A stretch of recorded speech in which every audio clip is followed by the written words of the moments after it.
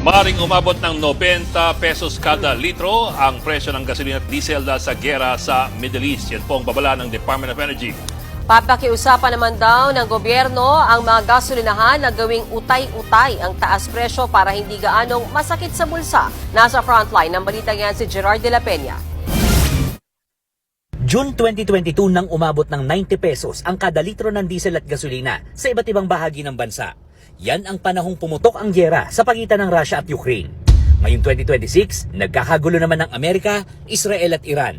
Ayon sa Department of Energy, hindi malayong muling sumipa sa 90 pesos ang kada litro ng gasolina at diesel dahil sa tensyon sa Middle East. Tinatayang nasa 8 milyong bariles kada araw ang ine-export na langis ng Russia, pero mas malaki ang pinagsama-samang oil exports ng Saudi Arabia, United Arab Emirates, Iraq at Kuwait na naiipit sa gulo at apektado ng isinarang Strait of Hormuz ng Iran na pangunahing ruta ng mga oil tanker na kumukuha ng supply sa gitnang silangan.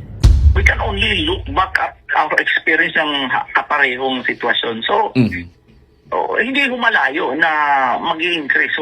At nakita na natin nga yun nung June 2022 na yun ang medyo mataas peak price yun ng epekto ng March na simulang gulo doon sa Ukraine and Russia. Dahil sarado ang Strait of Hormuz, mas mapapalayo ng ruta ang mga oil tanker na nakakadagdag sa shipping cost. Nauna nang sinabi ng DOE na posibleng tumaas ng 10 piso ang kada litro ng gasolina at diesel sa susunod na linggo. Pero kanina, nilinaw ng ehensya na pwede pa itong magbago. Nag-uusap-usap na rin daw ang DOE at ang mga kumpanya ng langis para sa utay-utay na pagpapatupad ng taas presyo. Pero ngayon pa lang, dumadaing na ang mga tsuper.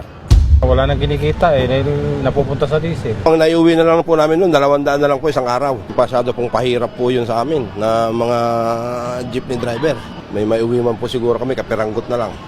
Naghahanda na rin ang Department of Transportation sa pagbibigay ng fuel subsidy. Nanawagan na ang LTFRB sa mga driver at operator, lalo na yung may mga sira o nawawalang card. Naihanda na ito at ayusin na para hindi na sila mahirapan kapag nagsimula na ang pamimigay ng ayuda. Una na rin sinabi ni Pangulong Bongbong Marcos na hihilingan niya sa Kongreso na bigyan siya ng kapangyarihan na tapyasan ng excise tax sa langis. Gaya ng Pangulo, nanawagan din ng DOE sa mga opisina ng pamahalaan na magtipid sa kuryente at langis. Madaming nangyayari ngayon na development sa pangdaigdigan.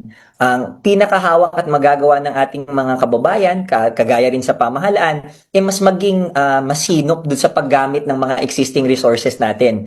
Nagbabalita mula sa Frontline, Gerard de la Peña, News 5.